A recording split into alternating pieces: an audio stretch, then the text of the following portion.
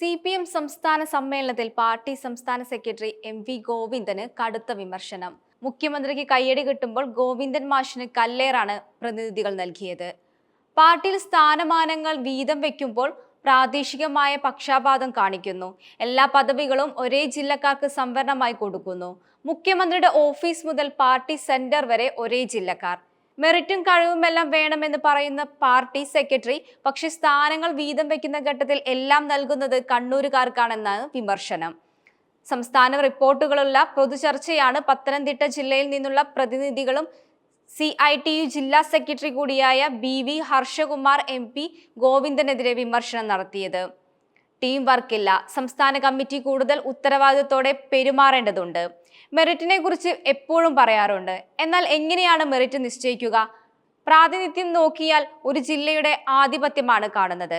വിമർശനങ്ങളിൽ മുഖ്യമന്ത്രി ഒറ്റപ്പെടുന്നുവെന്നും മന്ത്രിമാർ കൂട്ടായി പ്രതിഷേധിക്കുന്നുവെന്നും എതിരാളികൾക്ക് അനുകൂലമാകുന്നുവെന്നും വിമർശനങ്ങൾ ഉയർന്നു.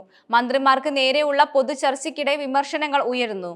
മന്ത്രിമാരിൽ പലരും കഴിവിനൊത്ത് പ്രവർത്തിക്കുന്നില്ലെന്നും പ്രവർത്തനം മോശമാണെന്നും മുഖ്യമന്ത്രി ഒഴികെയുള്ള മന്ത്രിമാർ പ്രതീക്ഷയ്ക്കൊത്ത് ഉയരുന്നില്ലെന്നും ഹർഷകുമാർ പറഞ്ഞു.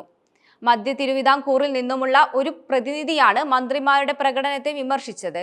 പല നേതാക്കന്മാരും പാർട്ടിയിൽ വന്നതിന് ശേഷം എത്ര സമ്പത്ത് ഉണ്ടാക്കിയെന്ന് പരിശോധിക്കണമെന്നും വിമർശനത്തിൽ പറയുന്നു.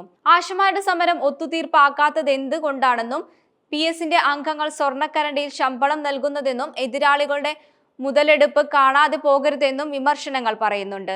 അംഗൻവാടി ഹെൽപ്പർമാരുടെ വേതനവും കുടിശ്ശികയിലാണ്. ആശാവർക്കർമാർക്ക് പുറമെ അവരും സമരത്തിനിറങ്ങുമെന്നും ആശാവർക്കർമാരുടെ സമരം ഒരു മുന്നറിയിപ്പാണെന്നും പ്രതിനിധികൾ പറഞ്ഞു. സർക്കാരിന്റെ നല്ല പ്രവർത്തനങ്ങൾ നടക്കുമ്പോൾ തന്നെ നഞ്ചു കലക്കുന്ന പോലെ പല തീരുമാനങ്ങളും ഉണ്ടാകുന്നു. അതേസമയം സെക്രട്ടറി അവതരിപ്പിച്ച അവലോകന റിപ്പോർട്ടിൽ മന്ത്രി സജി ചെറിയാൻ വാക്കുകൾ ഉപയോഗിക്കുന്നതിലെ സൂക്ഷ്മത കുറവ് പാർട്ടി ദോഷമുണ്ടാക്കി എന്നും പറയുന്നുണ്ട്. സാംസ്കാരിക വകുപ്പ് നന്നായി കൈകാര്യം ചെയ്യുന്നുണ്ടെങ്കിലും കുന്തം കുടച്ചക്രം പോലെ പ്രയോഗങ്ങൾ നടത്തുമ്പോൾ കൂടുതൽ ആലോചിച്ച് സംസാരിക്കണം. ചർച്ചയിൽ പങ്കെടുത്ത പ്രതിനിധികളുടെ ഭാഗത്തു നിന്നും ഇതേ വിമർശനം സജി ചെറിയാനെതിരെ ഉണ്ടായി. അതേസമയം മന്ത്രി മുഹമ്മദ് റിയാസ് വകുപ്പ് മികച്ച രീതിയിൽ കൈകാര്യം ചെയ്യുന്നു. വിമർശനങ്ങളെ അതിജീവിച്ച് മുന്നോട്ടു പോകുന്ന റിയാസിനെതിരെ മാധ്യമങ്ങളെ കടന്നാക്രമണങ്ങൾ കൂടി നടന്നു എന്നും കുറ്റപ്പെടുത്തലുമുണ്ട്.